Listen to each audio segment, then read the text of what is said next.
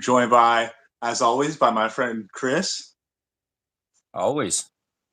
And today we're talking our top 10 albums of all time. So strap in, turn the volume up to 11. That's it. You want to How kick was us off? how was picking for you though? What was your Picking? criteria? Oh, my criteria. Well, Did you have one? I've put a lot of thought into this subject. I'm a big music fan, and I'm a big list guy. I love making lists of my favorite things, top 10, top 20, whatever's. So I already had a rough top 30. But the problem is with being a music fan is like those things are so interchangeable. Like you ask me, like at a different time period, some albums might be higher than others. So it is tough picking between some, but I feel like I was able to narrow it down to definitely 10 of my favorites. Like there's maybe couple albums that could sneak in there at different Oh, times, but yeah, no, yeah. I've put a lot of thought into this over the years. How about you? Yeah. Just like you, like I haven't made a list, but I've read and seen a bunch of lists of the certain music I like to listen to and stuff. But it's funny with me, like I'll listen to, the artists that they say are the best or their albums, and it's not for me.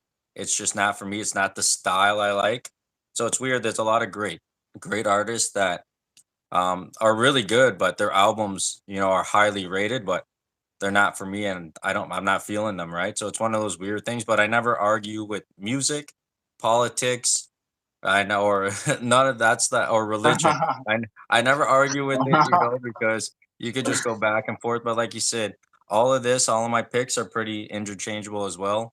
It's all about time frame, and here we are, right? So this is my top 10, and you wanted me to start it off? uh I can start it off. I can yeah, start it off. yeah, sure. You start off. Give me your note. We'll go back and forth. So you go your 10, I'll go my 10. You go your 9, I'll go my 9. I actually don't have any of the CDs anymore, or I've never had records, but any of the CDs, so I actually printed them off. Oh, So there we go. so we'll have some kind of picture for them. Got a little So my visual. starting at my number 10 is an album coming in from 1996. It's produced by Jermaine Dupri. Um, yes, this is actually her second album. So it's a female rapper. Her first album went platinum, and her second one comes in at my number 10. It is Another Tantrum by the Brat. So this is what it looks like. Oh, I'm not familiar with this at all. No. Yeah, she has a very hard flow with a R&B feel. Um Right. she's very smooth and brash with her lyrics. Um it's my type of hip hop, right? It's very strong 90s lyrics, but it falls in that category of that 1996 era when it was East versus West, and a lot of those smaller artists really fell through the cracks. Right. You know what I mean? Like there's a lot of great artists that weren't, even noticed at the time because everyone just wanted death row. Everyone wanted the big hitters on the East. So she fell through the cracks, but it's a great album, a great listen to. Very smooth lyrics on hard beats, R&B feel. It's just one of those albums I can go front to back, back to front, and I never get bored of any of the tracks. So the Brats, Another Tantrum falls at my number 10. Oh wow! So there you go. Already sneaking in ones I haven't listened to. I No, got to all right. Let me check hear that this. one out. I'm assuming I'm not gonna know any of your top 10, but I think I know. I want to say I know two. I want to go I feel two like on you might know one because like one I literally wear around on my body permanently. this. Okay, my number 10. My number 10 is my gateway drug to one of my favorite bands of all time, and it is the 1986 release of "The Queen Is Dead" by the Smiths. I knew you were gonna say the Smiths. Now I don't know if I know I've listened to one album and it was 8 tracks. Does that have 8 tracks on it as well? No, no, there's more tracks than 8 on this one. I'm trying to think what that would be. Maybe you listen to "Meat Is Murder," possibly. Yes, that's the one. Yes. With that one. That I wouldn't say. I mean, it's tough when you're saying what Smith. I mean, in my opinion, every Smith album is fantastic, but "Meat Is Murder" is definitely more of an acquired taste. For a starting point, I would definitely suggest this. This was my starting point. I think this was our good friend Dave's starting point. And for a band like this, the fact that our friend Dave even enjoys them, it speaks to how good they are, because on the surface it's kind of not, it shouldn't be his kind of thing. Like, the lyrics are very much about emotional fragility, and it's just, and even there's some themes of that hint towards homosexuality and stuff like that. It's not the thing you would think you associate with David. You expect like Pantera and hard thrash metal, right? Yeah. But it speaks to how strong the music is, that it's actually one of his favorite bands as well. And like, there's not, I can't say enough about this album from start to finish, and every guy's performing at his best on this. Like, you have Morrissey's cunning wit on the lyrics. You have Johnny Marr, one of the most deceivingly fantastic guitar players of all time. His guitars are so catchy. He plays them so clean. And he's one of those guys where, like, you hear him play and you're like, that doesn't sound like that hard. But then if you were to go pick it up and play, then you really respect him as a guitar player. And same with Andy Rourke's bass. It's just an incredible album. And I believe the NME actually named it the greatest album of all time at one point. Wow. Yeah. So it's definitely one to check out. So the Meat is Murder album, I had 8 tracks, like you said. Do you prefer a smaller album with 8 tracks, or do you prefer an album with Oh, 12 or more? Like, do you think the 8 tracks get more love and more work put into them, or do you believe when they do a larger style album, it's just after the first 10 tracks, it's, oh, let's just get whatever we have and put it on there? I think it depends on what the artist is trying to do. Like, I've definitely listened to some albums that are excessively long, and you can tell like that they set out to do it like almost as a statement, like like they decide ahead of time, we're going to put out a double LP or something like that. And it's like they're kind of forcing some tracks or forcing the length of some songs. I don't enjoy that, but for the most part, I don't really care, as long as you can tell when an album is just the right length. I mean, there's some albums that are 4 songs, but like some of the songs are like 20 minutes long, right? So it's like, yeah, album length, it just depends on what the artist is setting out to do, in my opinion, at least. Yeah, I agree. All right, So so what is it, my you're turn for number somewhat nine? familiar. So far, you're more familiar with my picks than I am with yours. I knew the one or two there was gonna be a Smith on there. Yeah, I knew there was gonna be and you never something know. like There that. could be more Smiths on there. You never Oh, know. who knows? Come on, bro. We live in Toronto. Stop rocking all this Detroit crap. Every week, and I'm I really know. going hard. Well, I back to the Red Wings. I didn't want to wear it because they didn't make the playoffs, but now the Leafs are out. I'm like, whatever. We're watching the Stanley Cup from the same place. So It's funny you see that. that? That's Grandma Oh, Gordie Howe. you and Gordie Howe, yeah. Oh, that's your grandma. Yeah, Grandma Oh. Gordie. That's actually pretty sweet. Yeah. All right, my number 9. This was tough actually for my number 9. Um, because this band's first album is incredible. It's magnificent. I understand the significance of it. It's powerful. It really changed the culture. It really, set in motion for a lot of bands to come. Uh, their first album is highly touted. But like they say, fuck you, I won't do what you tell me. I'm gonna go Yes. back. I'm gonna go back to 1996, and I'm gonna go with Evil Empire by Rage Against the Machine Oh, as nice. my number 9. Yeah, I've just find um Zach's lyrics here are a little tighter. They're a little smoother for me. They connect beautiful with those riffs. This album really, it assaults all my senses. Those power riffs, the tight lyrics, it's just magical. I know, obviously, like I said, the first album is, we can say what magnificent. Like Absolutely. how good is Groundbreaking. the first album, right? It's very political. This album opens up strong with, People of the Sun, and then Bulls on Parade. It's got Oh, Vietnam great on there. It's tracks. got Revolver on there. It's got Yeah, Roll Right. It's got Tire Me. What did that? Didn't yeah. that win a Grammy? Oh, Tire Me. yeah, I think it Yes, did. Yeah. I think it did. So yeah. So um, I know it's one of those weird things. If this album was their first album, we'd be talking about it being as good as the first album. But unfortunately, it's not. But for me, I just like the flow of it, and that's why it comes in at my number nine. Do you know? Are you a big fan of Rage?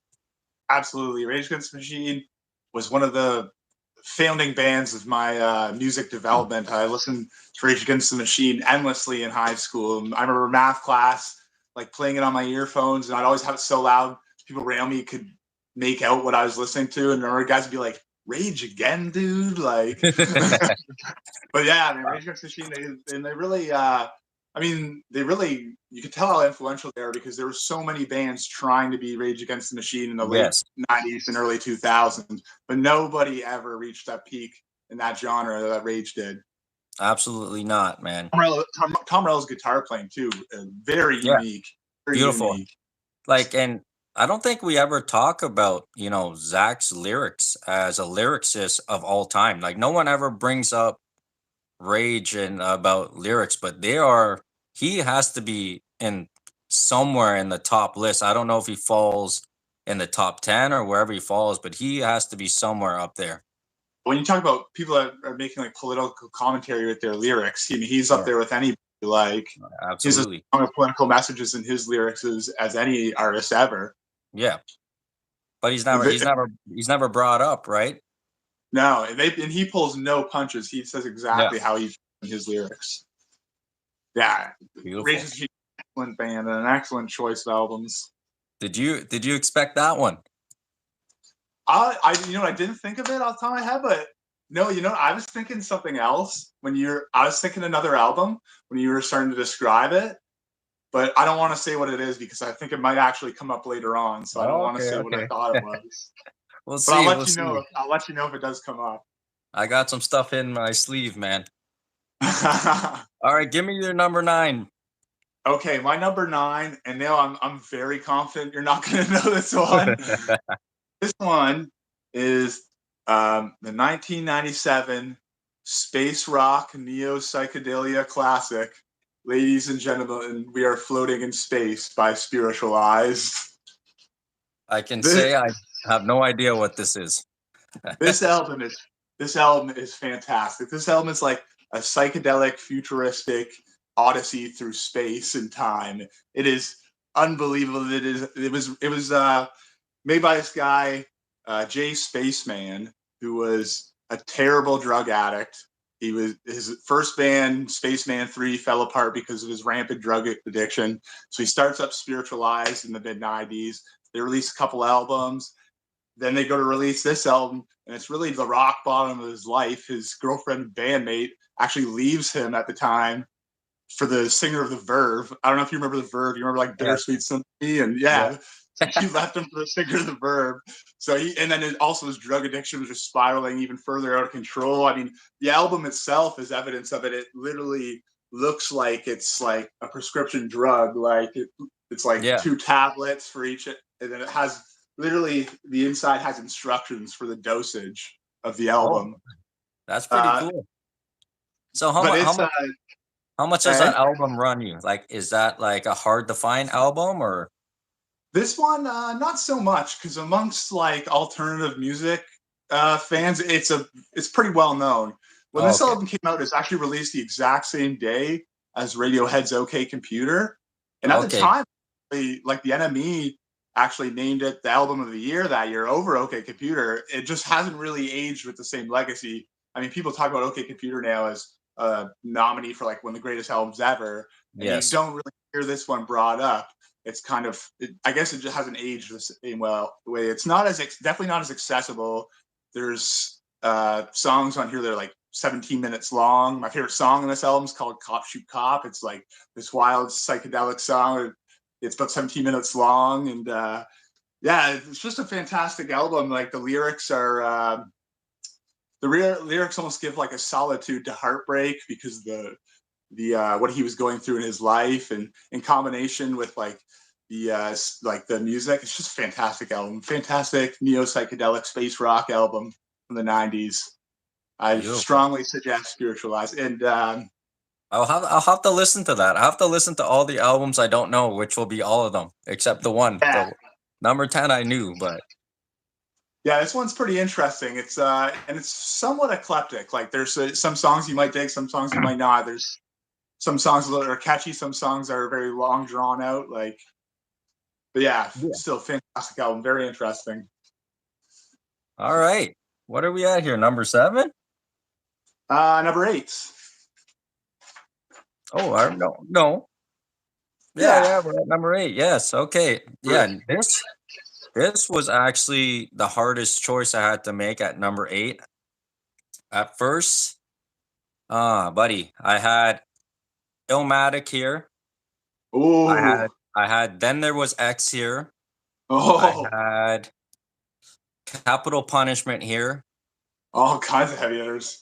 And then it ended up being at one point until just 5 minutes ago before we started the video, it was The Storm, this album called The Storm by OGC, Original Gun Clappers, who are part of the Boot Camp clique. But I actually changed it again. So it's not that. And then I ended up picking this band over Sum 41. I picked them over Sum Oh, 41. Picked them over Blink 182. I picked them over, Simple Plan. I picked them over Brick and Benjamin. I picked them over a bunch of great bands that I love, and they're not very well known. I'm not too sure why I love this album so much. I don't know if you even know this album. Um, it's Alistar's Last Stop Siberia. I don't know if you know this album. I don't know. I don't know that at all. No, Last Stop Siberia. I'm not too sure why I love this album so much. It just makes me happy. It makes me feel like I'm back in the early 2000s. I'm skateboarding. I got my headphones on. It just takes me right back there. It makes me want to get in my car. I put my windows down. I got the wind blowing. I got the volume cranked up, the 50 or whatever my sound system goes to, and I'm just enjoying life. I don't know. I love this album. It's got some songs on it. I don't know. Like again, it's one of those scarce albums. I don't know if you heard Flypaper. They have that. They have Overrated, Better Late Than Forever. It's falls under the category of skate punk. So that's I probably why see. I love it so much, because I was a skater when I was growing up, and someone introduced me to this album so long ago. And I wanted to put, like I said, Blink, Sum 41, Offspring, all these guys here, but I don't know if you could understand this. I didn't want to put those bands there just because it's nostalgic. Because when I put it when I play Sum 41 CD, I skip some songs just to listen to Into Deep. And like it's I, just I just want to hear the nostalgic hits. But when I put this album on, I listen to the whole thing. It takes me back to when I was a kid, and it falls at my number 8, man. nice. I'm intrigued by that because I mean I'm a huge punk fan. Like I mean I've always been a punk rocker, so I love that shit. So I gotta check that out. That's right up my alley. Yeah, I'm Did surprising you you a have the little year bit, on eh? that? Did you know the year on that one or I think it's around 2002. 2002? Eh? Oh, Yeah, fuck. I don't know. I know they have a couple other albums. I know I listened to their 2012 album, but I'm not too sure what they have done since then. Right, right. Who knows? Like bands like that, I might have even like seen without even realizing it, like Yeah, festivals and stuff like that. yeah. So yeah, they fall at my number 8, man. It was a tough choice. You see all the great artists and CDs or albums I passed up, but I just love that album. Yeah. Well, I understand our like connection, guys our age to that style of music. Like we're kind of that age we grew up, and especially where we grew up that like, we're like that Warp Tour generation of kids. That was like the big festival in our area. We were all Yeah, of skaters. We all played Tony Hawk, listened to all that music. Like, course. yeah, skate punk is huge to our generation. So have a listen to that album. Anyone out there, have a listen to Alistar's Last Stop Siberia. You might got a kid. I'm gonna have to check that one out for sure. All right, give me your number 8 then. Let me hear Oh, you. at my number 8, this is another one I don't know if you'll be familiar with. You might be familiar with the band. They're somewhat prominent for like an alternative rock band the last 20, 30 years, but it is the 1997 release by Modest Mouse, Lonesome Crowded West. It's a double LP. Um, I believe No it's idea. the no idea. You don't know the No band, idea. Modest Oh, Mouse. It's their second full length LP. This one really cemented them as like one of the cornerstones of alternative and indie rock at the time. And it really cemented their frontman Isaac Brock as a songwriter. The theme of the album, basically, like you might be able to get from the Lonesome Crowd of West, is basically about his indifference to the changing environment around him, like his town that he grew up in, urbanization coming in. There's songs about like malls being erected and just the culture of his town changing, and it also like how it's conflicts with him as a person, how you hear on songs like Trailer Trash, how he's just kind of like a minimalist kind of person who has kind of small goals set for himself, and him as a person, he is in conflict with this consumerism that's invading his environment. Essentially, yeah. it is an extremely eclectic album and sound. It's sometimes it's mellow and haunting at times. There's slower acoustic songs. Other times there's wild, frantic songs. Like my favorite song on it, it's actually the lead track, one of my favorite songs. It's off the album. It's Teeth Like God's Shoe Shine. One of the best opening tracks on an album ever. Definitely want to Okay. check out definitely a weirder one if you're not ready for like that kind of alternative rock. It's not like a lot of the songs are not like the kind of like rock you're going to hear on the radio at all. But it's very interesting album, very eclectic and well written, and it's really Modest Mouse masterpiece. So, like, what do you think about that? If the album with a lot of, the environment, a lot of, new homes being built, stuff like that. In our little town right now, we really have no forests like we had when we were young. Yeah, What do you think about that when you drive down memory lane and you go, holy crap? Like I remember when that was a full forest. I remember when, walking to school, I had to go through a yeah. path. Now there's nothing. Like, what is your take? Do you take any personal experience now listening to that album to what you're seeing now? Oh, absolutely. And I think that's why that album resonates with so many people, because I think it's a very relatable theme. Like that's kind of describes how we feel about our hometown too. Like the faces have changed, the places have changed, everything's changed, right? Like Yeah. it is almost unrecognizable from what we knew as kids. And yeah, I think it's a relatable theme for a lot of people. So far we've had some interesting albums that, I think a lot of people would love to listen to. Like I know I'm kind of interested to listen to what you have so far because I've never heard of these guys before. Yeah, I like this so far. I don't think we've had any like very like cliche picks. There hasn't been anything like I haven't been like Pink Floyd, Dark Side of the Moon, or anything like that. You know what I mean? Like, not that there's Until anything wrong now. with that. Right? Not that there's anything Until wrong with now. that. Right? Until now. All right, it's my turn, right? What we at? Number 7? Seven. Number 7 comes a rap group for me that I when I was really thinking about who I wanted to put and what album, I actually had thought of a couple, but these guys, I love their style, I love the flow. I put them over Onyx. I had Onyx up there, but Onyx didn't make it. I had Naughty by Nature. Naughty by Oh, Nature didn't make it. I had Digital Underground. They didn't make it. I had Tribe Called Quest. They whoa, didn't make it love on my Tribe. list. None of those guys made it on my list. I first heard these guys. You'll know once I say this from Fresh Prince of Bel Air. There's a scene when Will comes home and he's bumping them, and I was like, "What the hell is this?" So I had to see what it was, but I'm not gonna choose their first album.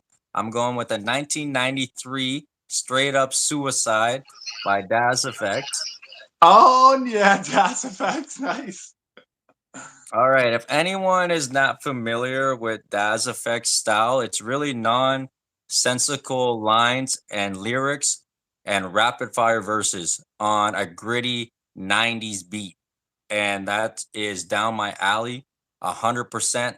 If you have a subwoofer in your car, get this album, crank up, check it. They have check it out on there. They have Back in Effect. They have Crazy with the Books. They have Freak It. They got a bunch of good tracks on this. Their flow is impeccable. There's only a certain, I think, Foo Snickens kind of has the same style, but they're not at Daz Effect's level. So yeah, Daz Effects comes in as my number 7 with Straight Up Suicide. Have you listened to this album? I don't know if I've listened to that. I know I haven't listened to that album in full, but I definitely have memories of bumping Das Effects in your Lumina. Yes. That's what I remember Das Effects from. Yeah. That takes me back down memory lane.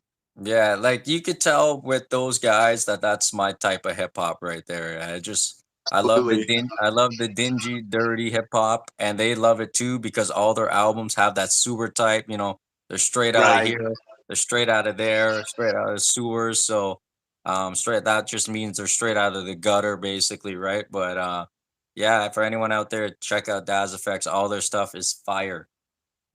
Love it. Love Love it. it, love it. Let me hear your number 7, buddy. Okay, my number 7 pick.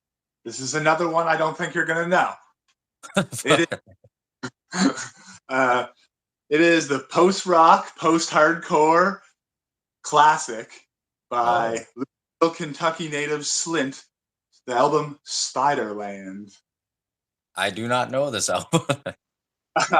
This one is an alternative rock masterpiece for sure. This is for the 90s alternative rock. This is a must.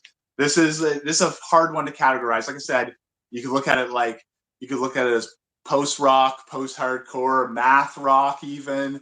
It draws influence from punk, but only in the sense that it's just dirty and raw and stripped down. It's not anything like your traditional punk in the sense that it's like catchy 2-minute songs that just punch you in the mouth. They're long, drawn out, hypnotic songs that a lot of the time stay mellow and very haunting and build into large eruptions of distorted guitars and stuff. The album was actually recorded solely as an instrumental, and right before they finished recording, they went back and laid over almost like a spoken word style vocal over top. Okay. Which really just builds the environment, makes it feel even more haunting and like just a hopeless feeling to the album. And it's an extremely dark album, and but I strongly suggest if you're ever having a bad day and you just want to embrace how shit your day is, or if you're pissed off, great album, outstanding album, and very interesting, very unique. Is there any for anyone out there? Is there any mainstream bands at the time that sort of have that same energy as them? It's hard to say. I would say, yeah, I don't know. It'd be hard for me to even talk about any bands that are anything close to this band, to be honest. There are bands since, like other noise rock bands and stuff, but I mean, So if you're into stuff, Oasis, right? oh god, Like no, with the distorted kind of instrumentals. No. oh no, Okay. and it's nothing like. There's no melody to any of the vocals or anything. It's more like it would be like let me think, like it is like a noise rock. If you're into like a My Bloody Valentine or something like that, you would like this. It's all very it's a very avant-garde rock album. It's hard for me to compare anything else to it. Oh, that's it, right? It's tough. But this is one I might not suggest for you to jump right into. Like, that's the thing with a lot of music. It's like I don't know. Like, I don't read that much, right? So like, if someone was to give me like some great literature, I feel like I probably haven't read enough to like be able to fully appreciate it. Yeah. And some albums are like that, right? Unless you have unless you've listened to all this stuff to build up to it, it's almost like you can't appreciate certain aspects of it, kind of thing. You know what I mean? So it's like some albums, it's like if I played this for my dad, he wouldn't even think this was music. He'd be like, "What the fuck is it?" But yeah. But it's still, I suggest if you're into like avant-garde and alternative music, I strongly suggest Spiderland by Slint. Yeah, I have to check that one out. I don't know that one. I think you might recognize some instrumentals. The guitars on it have been sampled in a lot of songs. There's songs like Breadcrumb Trail and Nosferatu Man. You might recognize the guitar riffs from. Okay, so I know you're a big list guy. Has any of your albums been on like any top 10, top 100 list and made it in that top, 10 to 15 range, or no? Are you kind of, are these more underground bands below what the media wants I to, think I think every single album on my list is actually on Rolling Stone's top 100, but I Oh, don't okay, know. okay. But I think almost every single one is. I think I know I have one album that's generally considered the best album of it. Well, I have a couple albums I think are generally considered the best albums of their genre, and a few albums that are generally considered some of the most influential albums, like important to like the advancement of music. Yeah, that's But good though. yeah, Pretty much, yeah. All right, what are we at now? I'm we are losing at track, yo. number 6 now. Number six? Number 6. All right, number six. Let me see here. Let me just double check if I have 10 albums here. Let me see. Yeah, okay, I'm good. I changed the order. I changed the order of number eight, right? So now I'm all confused. You just All right. flipped them. You Yeah, flipped remember, seven. remember I put Alistar there instead of OCC, so I got a little Right. confused. All right, so coming in now, it's an album from 1991 by actually a Canadian group. They're actually a bunch of Canadians. Um, I will say this right now. This is definitely an album you should listen to. I think you would love it if you don't already know what it is.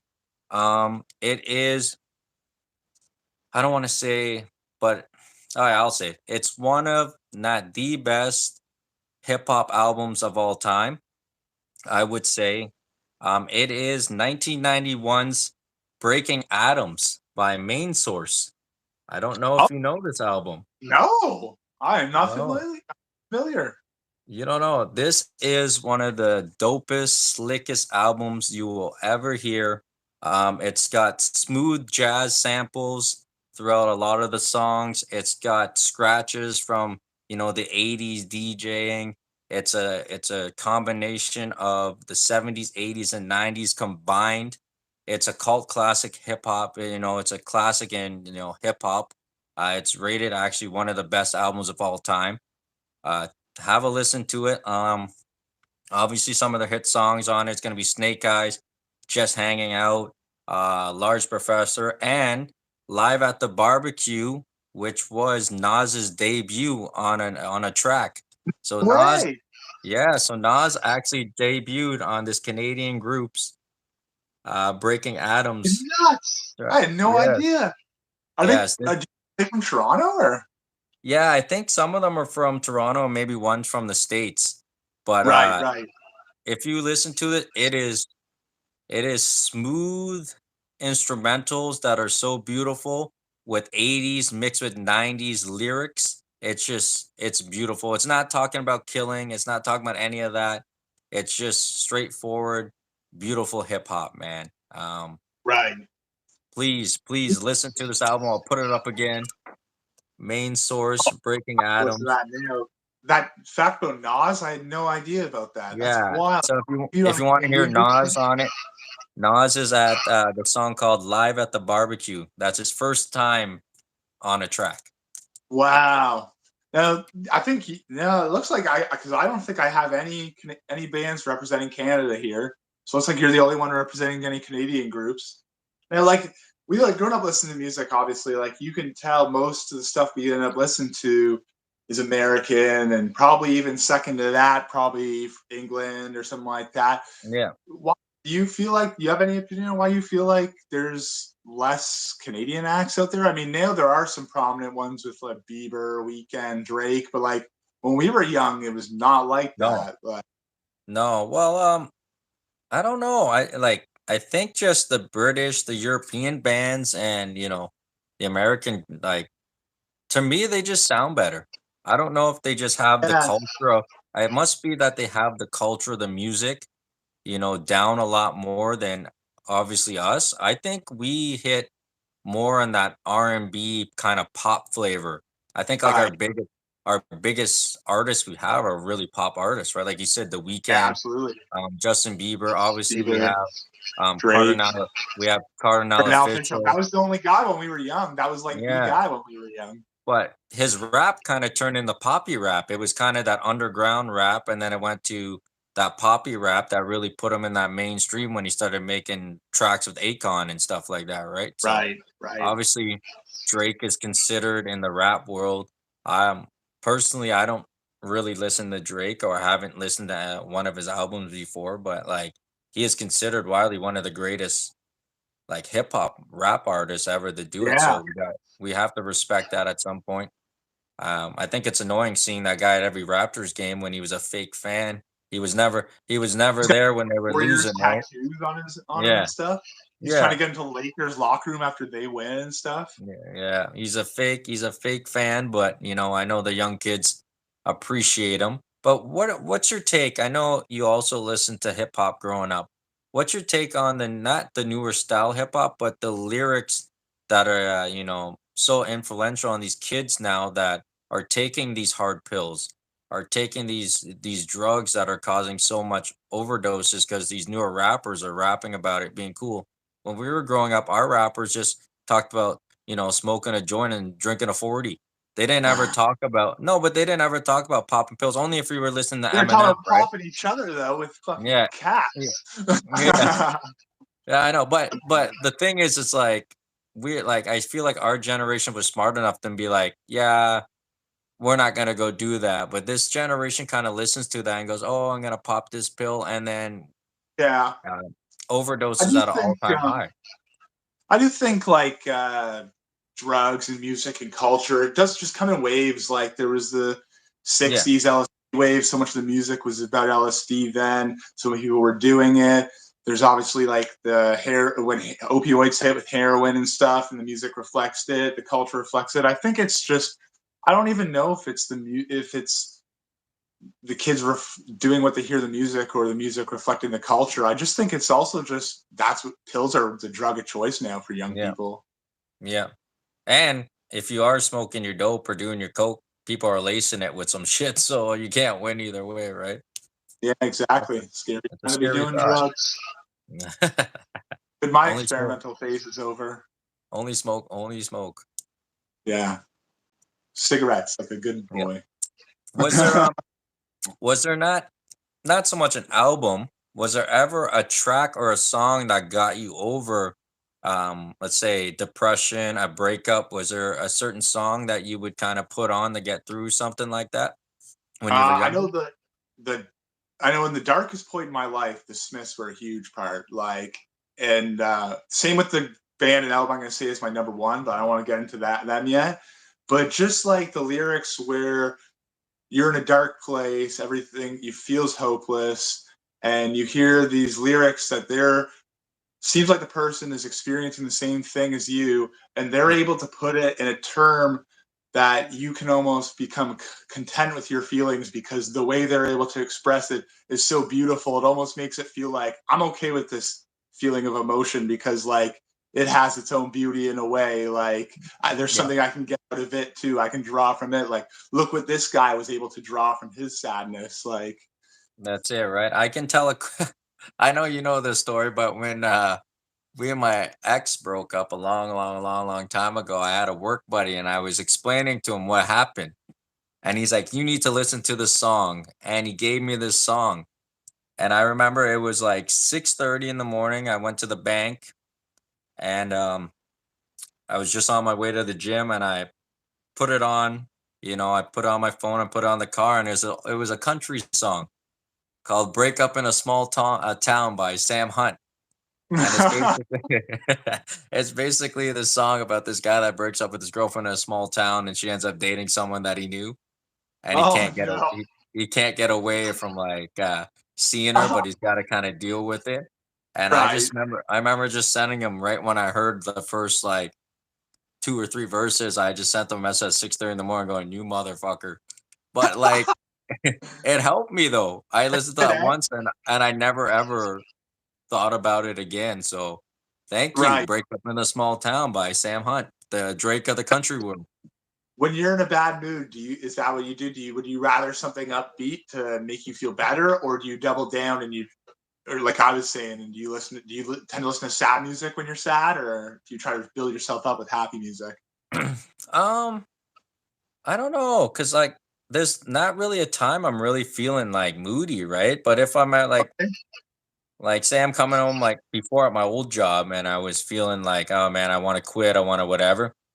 I would put on, 90s Euro, 90s Euro dance. I'd put on hip hop. I'd put on, some punk rock. Anything for me that I can just get into and, sing the lyrics, or I start bobbing my head Yeah. and Just get I lost just into it, right? yeah, I just forget what was happening, and I just get lost in the music. That's what music is about, right? Absolutely. You don't always have to like the same thing or have the same vibe as everybody else, but as long as it appeals to you, there's artists out there for you. So Yeah. But music is a there's beautiful thing. that's why there's nothing like popularity doesn't matter. Like a No. band that has, there's nothing wrong with a band if you have one fan. Like there's fucking nothing wrong with that. I mean, I Yeah. remember when I was jamming with a couple guys and we had a little band going. Nobody was listening to us, and I was still content just making music. It's just like this podcast. No one's listening to us, but we Damn still right, love doing damn it. right. You're We still still doing it do it. anyways. There's All right, literally like buddy. nobody listening to. Give me your next one. Okay, okay. My next one at number 6, 1977 classic. This one of the most influential groups of all time. One of the most influential albums of all time. 1977 release of Kraftwerk Trans Europe Express. I don't know if you're familiar with this group. This Nope. is this group with if it, if they never existed, music would look completely different. This group of German gentlemen Look at that. basically created the first ever electronic synth pop album. Like if it wasn't Wow. for this everything we know about pop music, electronic music, hip hop, it would all look different. They're like the originators of really the synthesizer in music. This album is incredible. I mean, it came out in 1977. People mostly know that year as the year punk broke. They know this 1977 as the year of the Sex Pistols and the Ramones in New York. But like there was another scene building in Germany for over the course like 10 years, just brewing Oh yeah. this krautrock rock scene of alternative music. Very still avant-garde like punk, but very different in style from punk. More longer, progressive songs, and yes, Trans Europe Express, an excellent album. It's lyrically the contents. It's like everything from a mystical imagery around a year traveling through Europe to the deconstruction of like celebrity lifestyle. It's just an outstanding album, and I strongly suggest it. I mean, I know they're considered David Bowie's favorite band, actually. Oh Kraftwerk. wow. Okay. So they must be Yeah, good. like I said, endlessly influential. Influence in wide variety of bands they've influenced. For everybody from like Joy Division to Daft Punk, African Bambaataa. Like, Oh. yeah, this is like the gateway to everything like electronic is Kraftwerk. So, Their other album, Man Machine, is just as well known too, and so equally as talking about iconic. talking about German bands, have you ever got into German deathcore?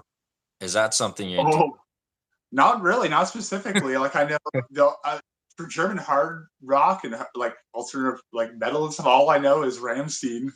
Yeah, they're rough, yo. Oh yeah, Germans get down, bro. Germans are wild. Yeah. Germans are fucking nuts.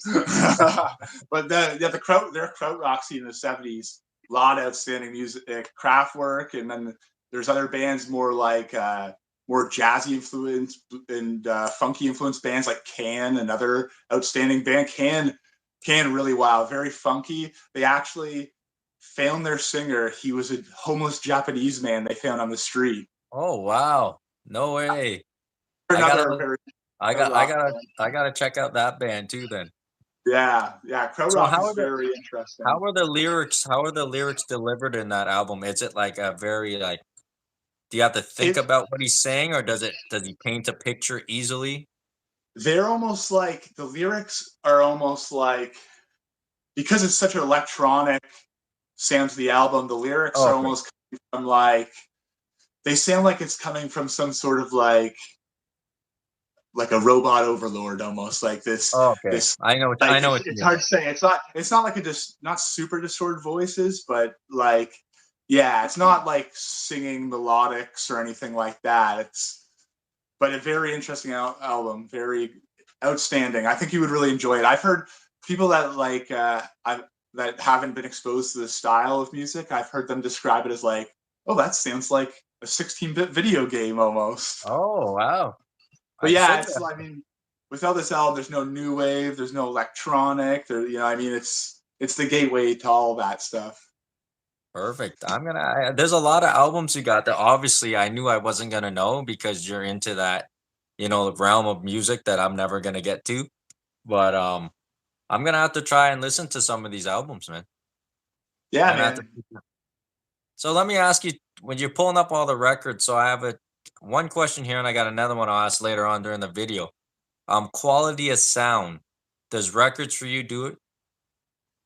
Yeah, so that's my preferred method of listening to it. It's not all about vinyl. You need the right setup too. Like Yeah. I see people that are like, "Oh, I got vinyl and it doesn't sound any better," but they're playing it through some shitty like desktop speaker and they Yeah. don't have it set up right, or they're using like some little doo-doo like Worsley turntable with a built-in speaker. You do need the right setup if you really want to get the right output out of it. And Okay. also the quality of the pressings make a difference. Like I have albums that sound absolutely fantastic and other albums that just sound they're about as good as a CD. Yeah. It depends on the quality of the pressing. And every once in a while, you'll actually like it has only happened to me, I think, once. I've actually bought a bad pressing. Like you buy it and it sounds like shit to begin with. Oh shit. But yeah, I mean, it was it's an expensive hobby, especially it's become that in the last 10 years. It became a trendy thing to do. I actually saw a Yep. stat recently that 50% of people that buy vinyl don't even own a turntable. They just want the cover. Yeah, so Yeah. to me, that also tells me that it is a bubble that's going to burst. It's a trend because if Oh yeah. 50% of people aren't even listening to their records, then I mean, the prices are going way up. I mean, I would say 5 to 10 years ago, I would say they were averaging. I was paying about $30 an album, and it's definitely more than that now. Oh, absolutely. I remember going to the city with you for a couple times and Yeah, seeing those shops, and you were able to pick up quite a few albums every trip. So and I dropped a lot of money in those trips. I'm sure too. yeah. Oh yeah. You have to, man. When you have a hobby and you have a love for something, right? The money doesn't matter at some point. It's just, you really want that piece for the collection. Yeah, at points I thought about my money in like records. I like think about work like, oh, I make 2 records an hour, kind of. Well, I don't actually. I definitely don't make 2 records an hour. Yeah, Anyways, we gotta get put back in on that track with overtime. yeah. What are we at? Let's do your number five. Let's see. We're number five, right? Yeah, number five. Number five. Okay. So number five for me is I think this will be in a lot of people's top 10 for that this era of music. This is a 2001 album. It is 12 times platinum. So Ooh. it is an album that obviously a lot of people have listened to. My first time getting introduced to this band actually was at our old school after hours from 7 to 10 p.m. We used to have this thing called Cosmic Chaos Dance. Oh yeah. And they used to have a giant screen and they would play the music video along with the song. And I remember this song came on. I was with a friend. I won't say his last name, but you'll know him. His name was Alex F. Oh yeah, And we were Rendezvous. standing Rendezvous there, cast member. and he knew what this song was, but I didn't know what it was. But I was watching it, and I was watching this music video, and I was in awe because what I was seeing, I was like, what is this song? This is amazing. Oh, And I it know what ended you're gonna say. and it ended up being, obviously, you know what it is? I know what you're gonna say. It ended up being In the End. So Oh, I I know, wasn't gonna guess that either. I wasn't gonna guess that. you How did I know, not? my number 5 album of all time comes as my brother's favorite album of all time, Hybrid Theory from 2001. Oh, there you Um, go. this is a masterpiece if you are a fan of this genre of music. Paper Cut, One Step Closer, In the End, Crawling, Place for My Head. You know, Chester takes, the lyrics to another level, talking about, his drug abuse, his parents' divorce. There's a lot of things you got to dig deeper in Linkin Park's lyrics than to just listen to the sound. I think that's what a lot of people do. But man, again, if you're out there and you haven't listened to this album, listen to it. It is amazing. That Are is a you staple of our childhood. I Yeah, remember exactly what you described from your memories. I remember watching that music video, the CGI tower that they're yeah. performing on, like it looks almost like Lord of the Rings looking tower that they're on. And I've never seen them live, but I've heard Linkin Park live is excellent. Is that right, eh? Yeah, you've Because you never can seen tell have like a you lot of that like rap and rock stuff. Sometimes they don't translate that great to the live performance. Yeah, but I think it's Chester. I heard that he is phenomenal live. Were Like he could you really were you sing.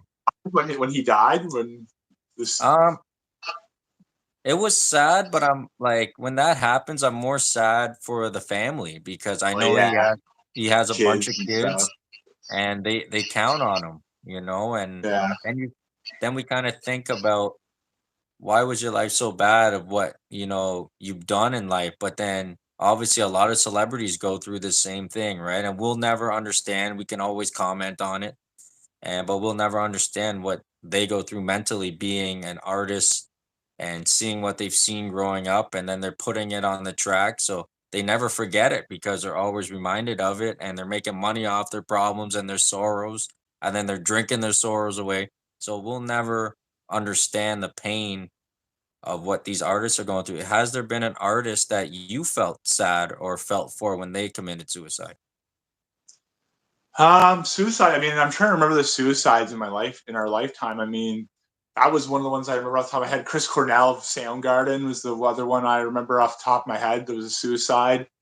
Um, the one that really bothered me wasn't a suicide. The one that moved me the most was but when Bowie died. And I think that was about 10 years ago now. Oh, okay. Yeah, be moved by Bowie's death. But the other thing too is like when a when a guy dies of a suicide in music, it really it makes people go back and you look back through their lyrics with this more of a haunting feeling. Like I really think that like as disturbing and morbid as it is, somebody like Kurt Cobain or even Chester from Linkin Park, like their death almost gives more depth to the way people look at their lyrics. Like they go back and read into all these things now. Like, oh Yeah. my God, he's this, and we know how it all ended. Like, Yeah. and he That's what look, I'm it was right talking here about, in right? front of our face the whole time, kind of thing. Like, Yeah, but you don't see it because you're just enjoying the sound instead of you digging don't between know the lines, right? because Yeah. lots of musicians make music when they're upset about being upset. It doesn't mean that they're depressed to the point of suicide or anything, Yeah. right? Like, I don't think anyone saw it coming with him. Like I yeah, don't like that was one of the ones like I know my brother because that's his favorite band. He took it very hard. yeah. I So think no. similar. He was similar to Chris Cornell in the sense that he also was struggling with addiction as well. Yeah. I That know played a I large wonder part of it. I never asked our good buddy Ryan if he took it hard because I know Linkin Park's one of his favorites too. Yeah, I So was gonna bring that up. I mean, that's like his band. That's like his number yeah. one. I know for him it was them, Metallica. Those were like his big bands. And then I think Dan with Webster. Little bit of A little bit of Fountain of Wayne, eh? In a way, you know. That's Stacey's. That's Stacey's mom, Fiona Wayne. Oh, I don't fucking know, man. What the hell? I don't know. I don't want to know. So, like, Anyways, I'll give you. from Oh, number you go from ahead. my from my 10 to 5, where have you been surprised? Has there been anything you're like, Yeah. okay, I figured? No, I've been surprised a lot. Yeah, no, you haven't picked that many like mainstream albums really at all, have you? Like, what was five again? You just said you're five. What was five? Yeah, Hybrid Theory. I think probably Theory. Hybrid That's Theory probably the and biggest album so far, Evil right? Evil Empire might fall up there Evil Empire. somewhere. Yeah. Yeah. Yeah. No. No. So far, I'm very impressed. There's been yeah, no, not pedestrian picks at all. Yeah, now here comes all those pedestrian picks coming up soon for me. All right, Well, I go. give me your number 5 then. Okay, this is the one I was looking forward to introducing you to because I think this one is the one on my list that you would enjoy the most. This one is the 1982 release by punk band Descendants. Milo Goes to College. This No, album, I've never heard of you that, but don't know this? that looks amazing. I love it, man. Yeah, that is an extremely iconic artwork. This is where they established their mascot. Essentially, it's a caricature of their singer Milo Ackerman, who, when he's not singing, he's actually a legit scientist, like a molecular biologist. Holy And shit. yeah, so they're an awesome band. They basically they got together in the late '70s. They're a punk band inspired by all the early punk bands. They came out of California, but the big thing about them is they're really the first band, at least the first American band, to really add melodic pop harmonies into punk music. So they're the band, like, this is the band that, like, all the bands we know from the '90s point to, like, this is where we got our style from. Like Mark Hoppus from Blink-182, I remember seeing On Descendants documentary, basically says, like, I can openly say I ripped Descendants off. This is like the start of pop punk, essentially, and melodic punk music.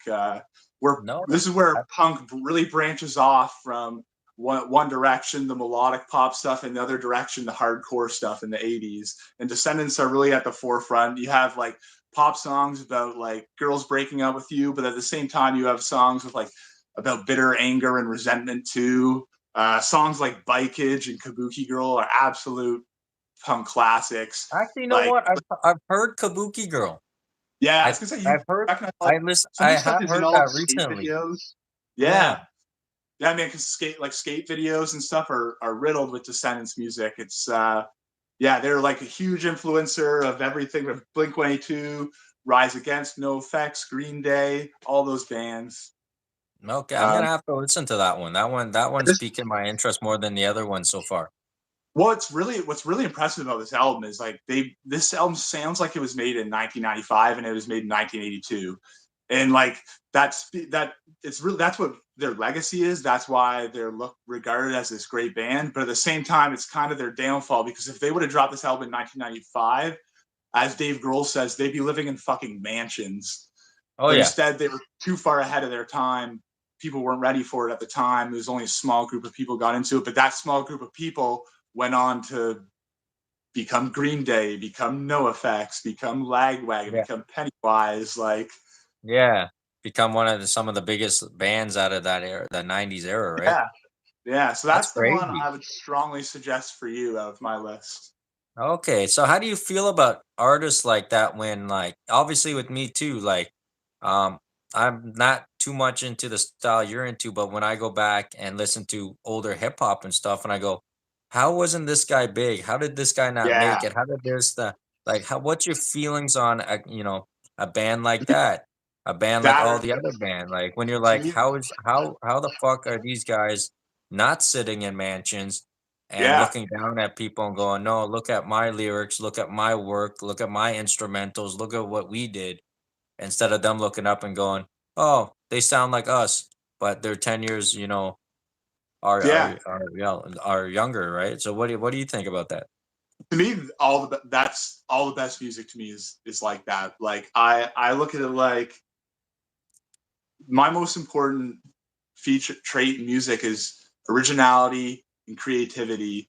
And I just find it much more ambitious for somebody to be trying to do something new than just drawing from something somebody else did. I almost see it like, if you're not doing something new, why even do it, kind of thing. Yeah.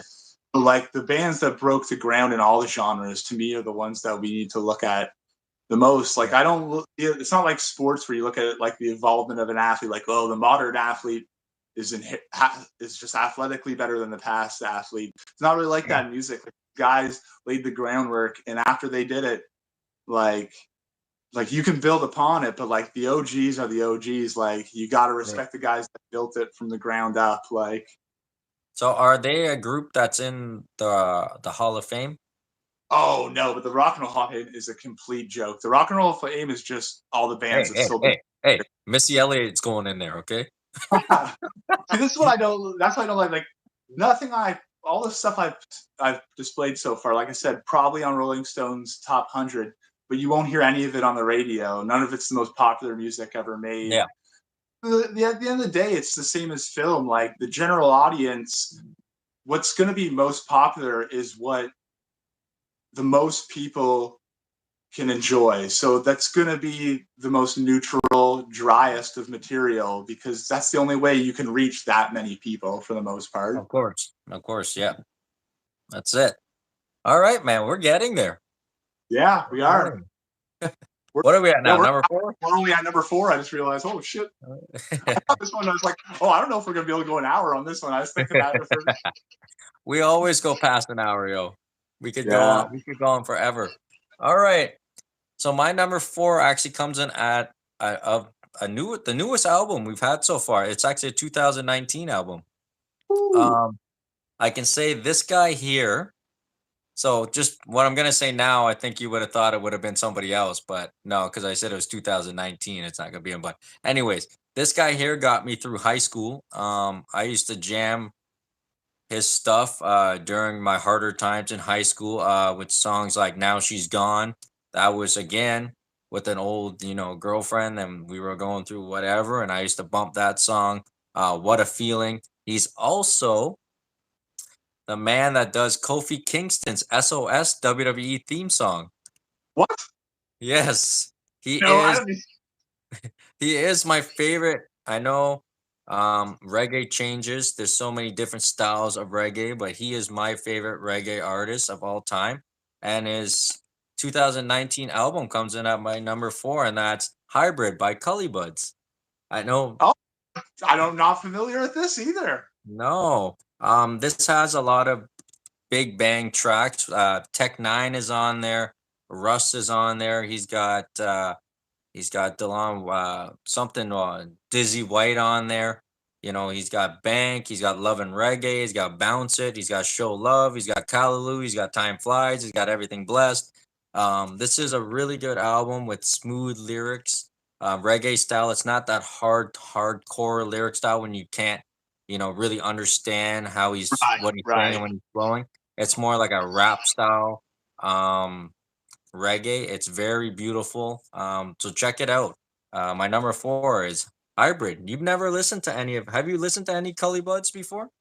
I have not. My experience with reggae is pretty much limited to like the OGs, kind of like Peter Tosh and Bob Marley. I'm not as familiar with the more modern stuff that is more like R&B and hip Mhm. hop influenced. Yeah, because it's funny when I first heard him, I thought he was older than it was. Like I thought it was like early, like 2000s, maybe Right, late 90s. But I think his first album came out in like 2006, 2007. So right. that So first I mean, album, that style was still pretty popular all through the 2000s. I mean, you had those guys pushed in that genre like Sean Paul, and of yeah. course, my mother's absolute favorite artist of all time, Shaggy. Oh, Mr. Boombastic. Oh my god, my mom just loves that shit. She eats that shit up.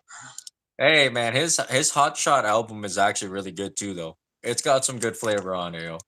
Shaggy was a staple of our child. That's another one at the Cosmic Dance, right? Yeah, tell your mom to listen to Hybrid. She would like Yeah, this album. actually, my mom would definitely like that.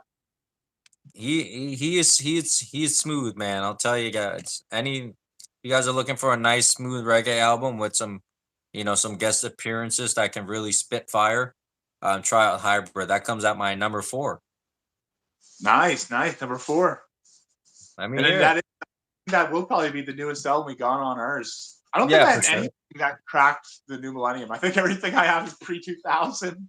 Yeah, I was gonna say yours was gonna be a lot of 70s to 80s albums. That's what I was Yeah, figuring in my there head. was a couple that almost squeaked in, but yeah, not quite. Yeah, All right, let but me okay, hear it, buddy.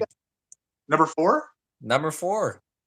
Okay, my number four is the album by Irish shoegaze legends, My Bloody Valentine. The album that is legendary for, they say it bankrupted the record company. Loveless by My Bloody Valentine, Oh wow. 1991, I didn't think 1991 release. I didn't think My Bloody Valentine was gonna come in here. Oh yeah, this outstanding band. Really the staple of the shoegaze genre. Like this album took 2 years for them to make. It was the brainchild of their guitar player Kevin Shields. Um, when recording this album, he claims that he went months without seeing sunlight. It took so Oh. long to make that. Yeah, they, like I said, they blame it for bankrupting Creation Records, which is the independent record company that they were signed to. When I mean, it had released before this, but this really cemented them as the at the forefront of the shoegaze genre. Them and bands like Slow Dive, Ride After went on in the '90s to really cement what shoegaze was. Like, I don't know if you're familiar with the genre. The idea of shoegaze is basically like they call it shoegaze because the guitar players are using so many effects pedals that they're staring at their feet the entire time, essentially. Okay. So there's a lot of ambient sounds, a lot of droning guitars. The song is lots of layered droning guitars, which builds this wall of sound feeling, and the sound is so full it feels like it could just fill an ocean with the sound. Like it's jarring when you first listen to it, and there's songs on it with like what's the song? The song To Hear Knows When. They spent a week recording just the tambourine on the song. Wow. The, See, that's the what I'm amount of talking about. detail into Yeah, the driven. instrumentals in the production of this album.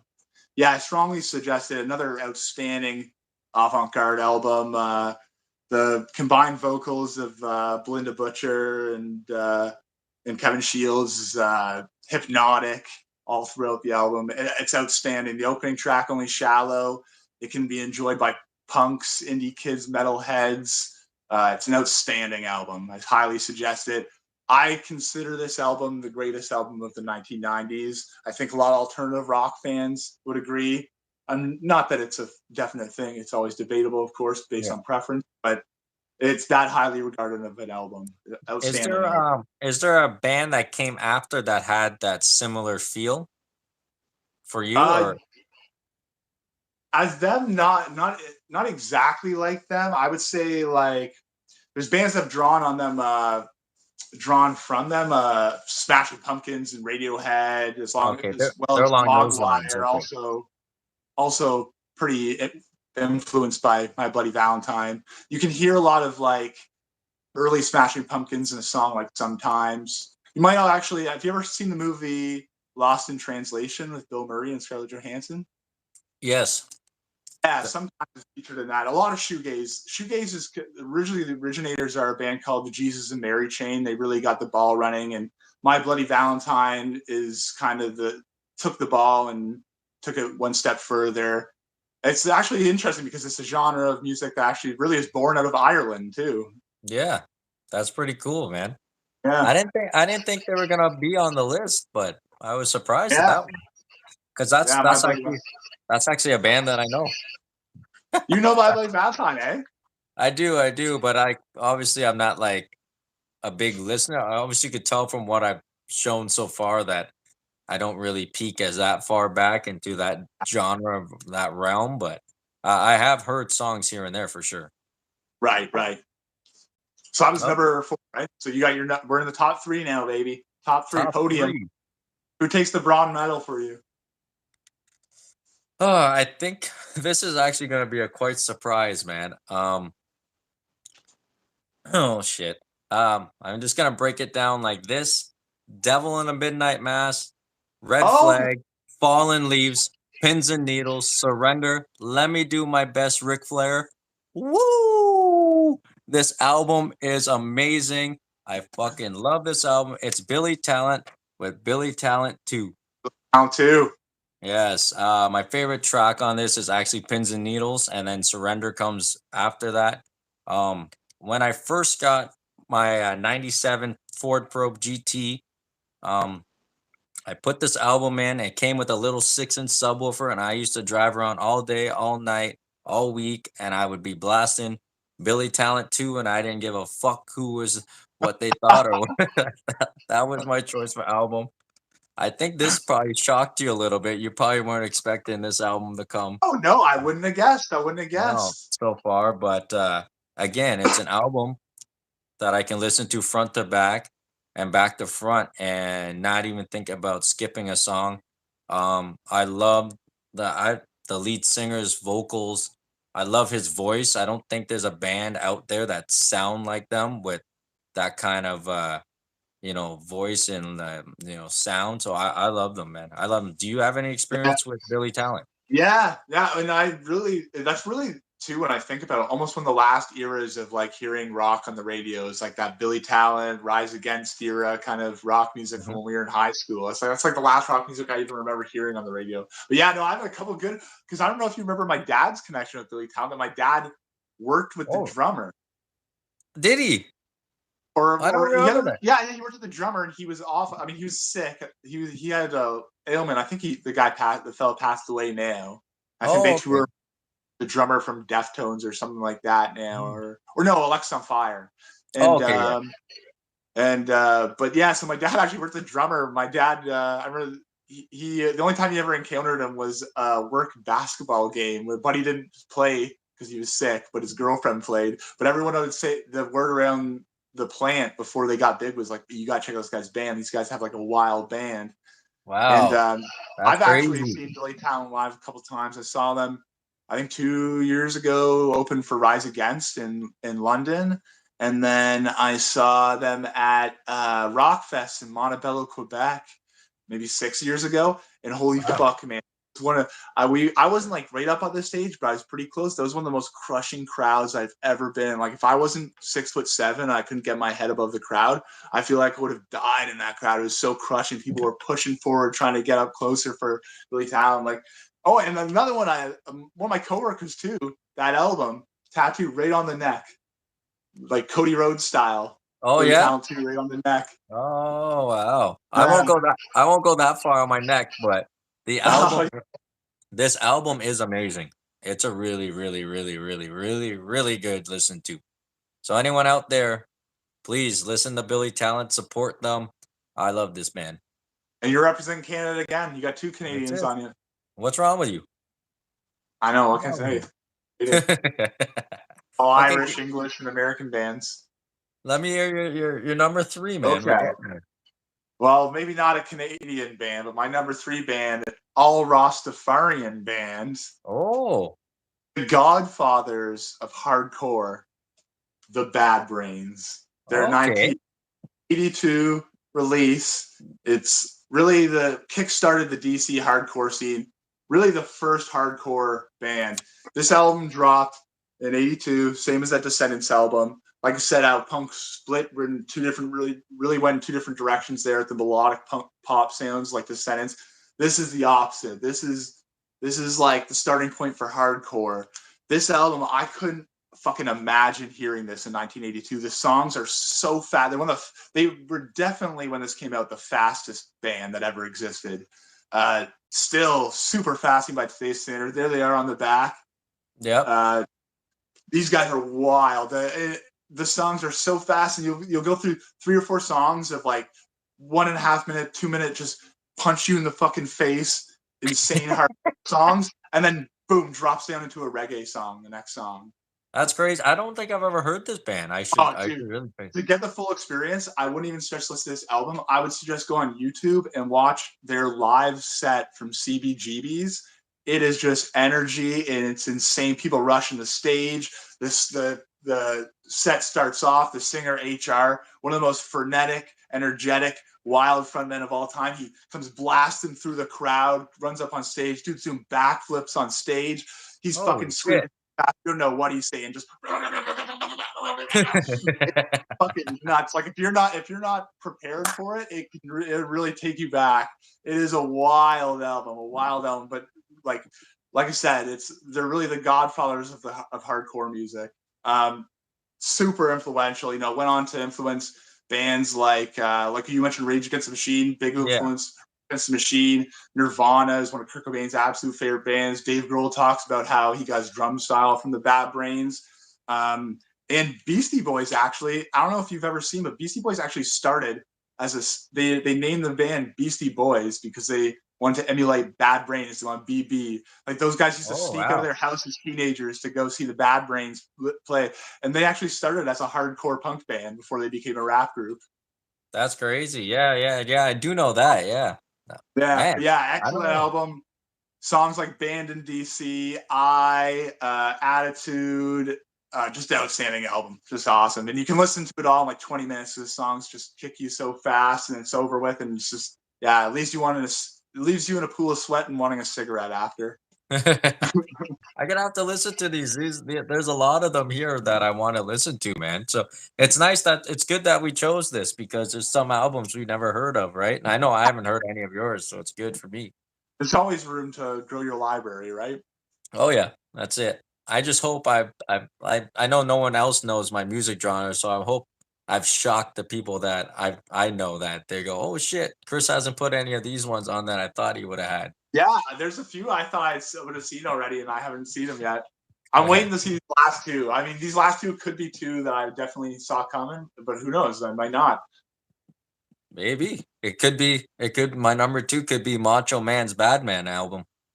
Oh my God, be a man, Hulk Hogan. Hey, Both is ready. that Perfect Friend is actually a good song though, yo. You ever listen to that one? I meant to stop us when you mentioned the Kofi Kingston thing for a second. And say, while we were talking wrestling music, what is your number one wrestling entrance song? Not as an entrance song, but just to listen to, like to enjoy the music. This is gonna sound funny, but a couple months ago I listened to it every day going to work, and it was Ken Shamrock's theme. Ken Shamrock was pretty good actually. Ken Yeah. Shamrock's was. So that's just an instrumental too, right? Yeah. I just bumped it and just I loved it, man. It's kind of like a industrial rock sounding kind of thing. Like, Yeah, and then I like the Hollywood Blondes theme too. oh wow, yeah, that's true. That is a good one. Oh Yeah, fuck, I wasn't expecting that. that's a good one I've listened to. This is I got if I knew the name of the channel, but it is an amazing YouTube channel. You'll love it. He takes wrestling themes and he makes them like an 80s spin on them. So they sound like they come out of the 80s. Buddy, Song. they are That's amazing. cool. You gotta I'll send me a send you link for that. Yeah, yeah, I'll send me a send link you for his that. channel and I'll put his channel actually at the bottom of this video for anyone who's Thanks, yeah. interested who watches so you guys will know. He is amazing. He puts 80 spin and all every wrestling theme. He's done the Wolf Pack, he's done everybody Oh, and it sounds amazing. Why what's your favorite wrestling theme? it's pretty. You can probably guess it. And I know it's the same as Dave's too, and it's Line in the Sand, Triple Oh, or Evolution, oh yeah. Motorhead. That's a classic. Gotta love that one. That is a good one, yeah. Okay, number two. What's your runner up? Oh, we're already at number two. We're already at number two. Okay, number two might be easy for you now. I think these are gonna be the one and two will be the albums that you'll probably figure it out that it was gonna be them. Number two, this artist has been at the top of my streaming list for the last 5 years and beyond that before I started streaming and paying for music. He always falls as my number one listened to artist, and he always will. And that is Tupac's "Me Against the World" comes in There. at my That's what I number was two. waiting for. That's Uh, what it I was was waiting for. it was hard not to choose. It was hard to choose that against his other albums. This to me is Tupac at his absolute finest. It's before really he sold his soul to the devil. This is him coming Yeah. from this is him coming from Tupacalypse Now, strictly for my niggas, Yes. to this beautiful, beautiful album. There's people that go and say later on when he's passed on, like he said they would, they fear him in the physical form, so they'll talk shit about him when he's gone. That he's not that he's not a good lyricist. I think simplicity is key with Tupac's lyrics, and it hits you as he's telling a story. He raps from, right here. I find his lyrics are actually very good if you actually break down and listen to his Oh songs. yeah. I know people like to hate Genius. on it, but he is a genius on the track. I don't know. I've listened to this album so many times. I kid you not. Every day I listen to Old School, and my favorite song, If I Die Tonight. That's my favorite Tupac song, and they're both on this album. I listen to it every day when I'm driving to work, and that's actually the truth. And what else can I say about this guy, man? I wish, like, we talk about people that we go, what ifs. Look at all the artists, what ifs. Like, he's my biggest what if he would have made it through, you know, that little beef he had that the media really hyped up, that made Yeah. it, something. Whether or not he was that person or not, I've heard that he was the fun loving, you know, intelligent, way beyond his time.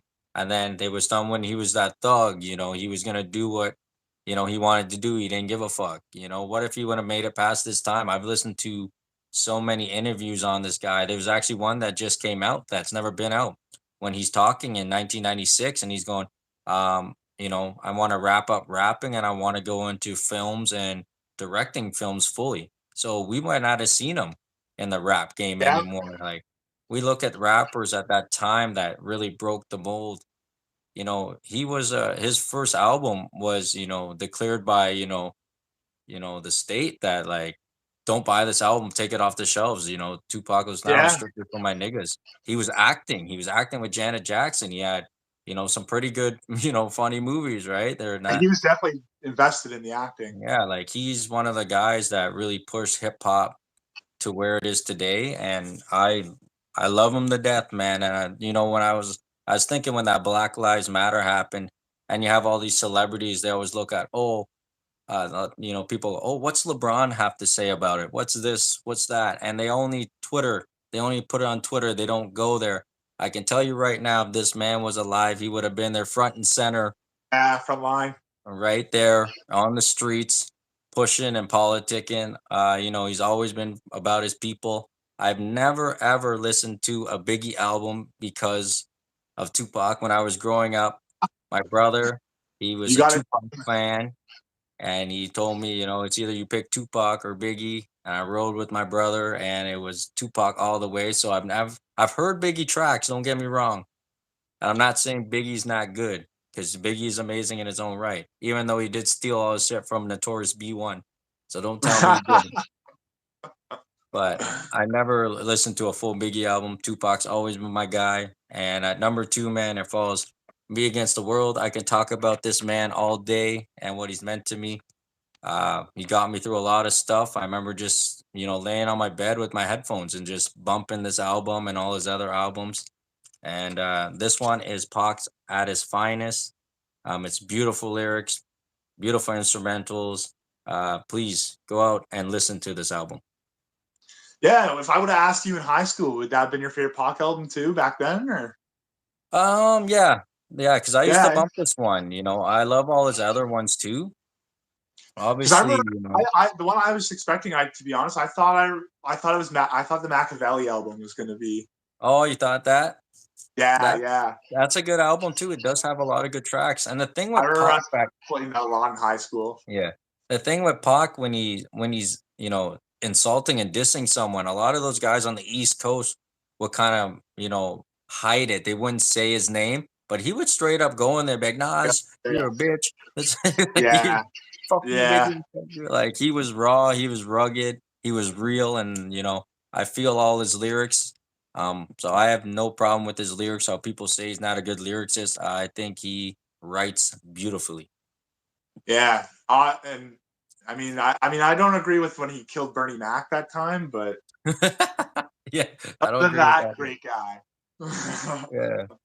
Yeah, it was Bernie. tough to choose because his double platinum album was good too, right? It was the first rap album to come Yeah. out as a double decker, and Oh, that it is, eh? yeah, and it opened up with "Ambitions of a Rider." You know, Excellent song. that's a hard way to open up an album. But this one, One like I of the said, best first title tracks it's or first talk track. at its finest. It has "Dear Mama" on it.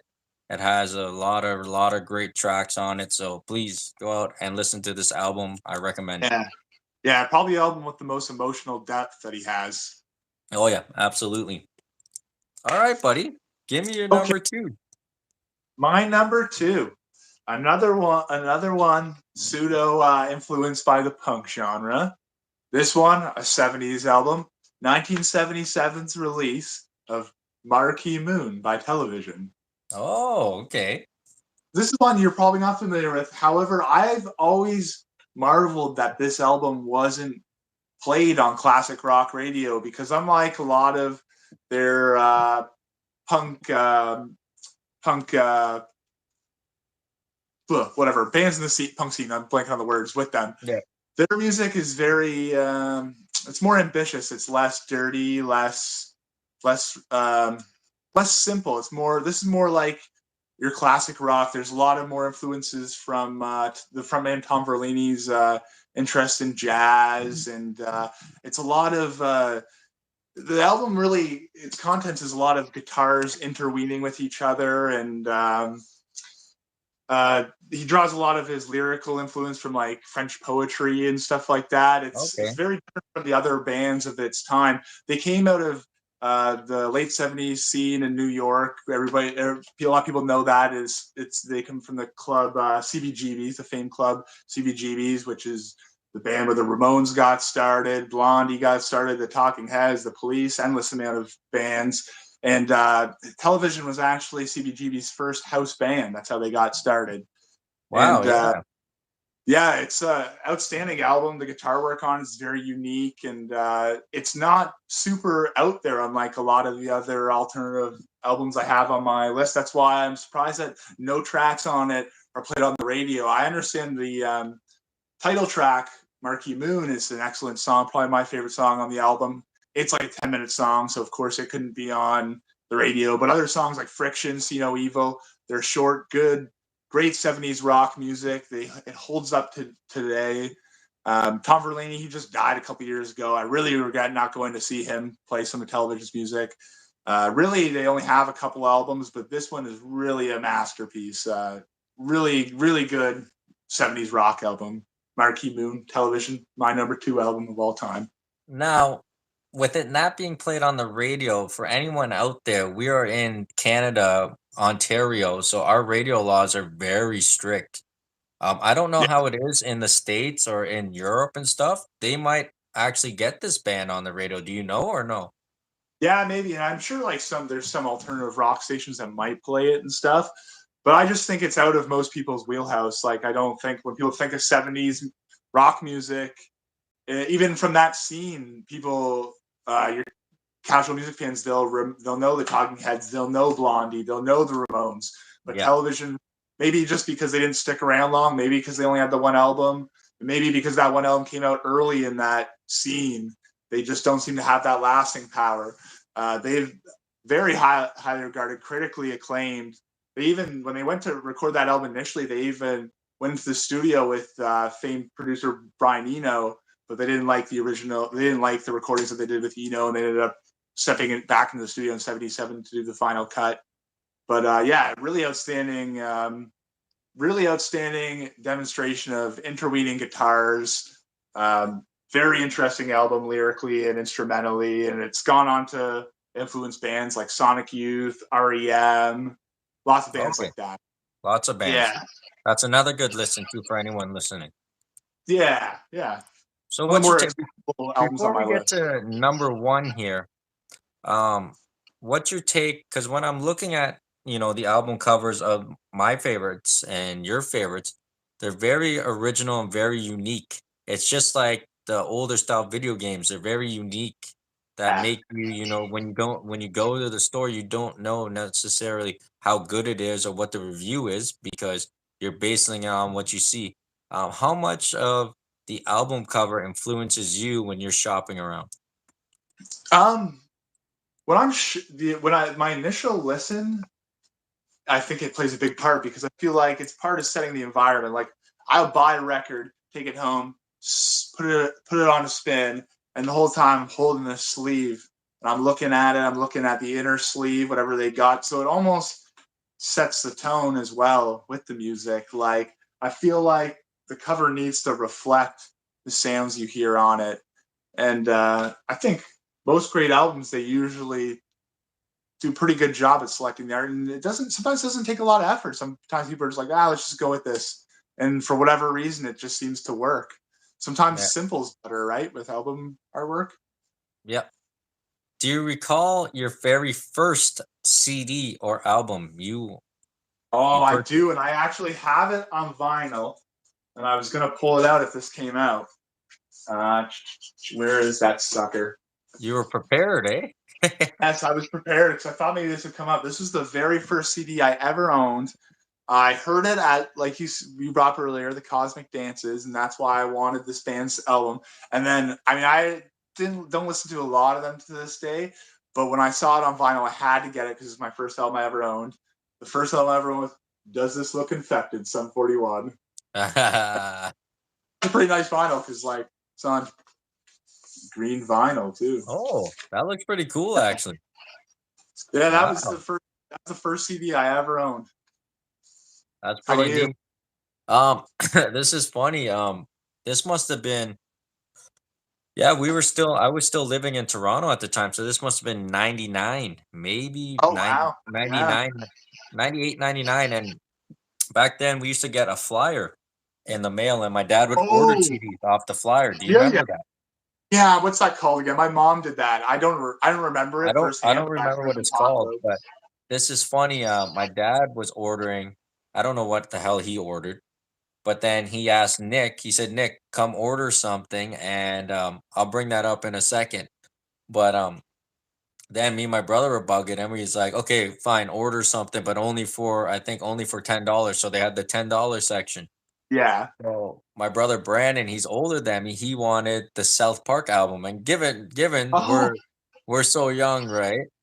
And my dad's like, no, I'm not buying you that. No, you can't have that album. No, no. So my dad bought him the Simpsons album instead. So it oh, nice. had all the classic tracks. And then when it's my turn, I don't know how I persuaded him, but he bought me the South Park album. And I was yeah,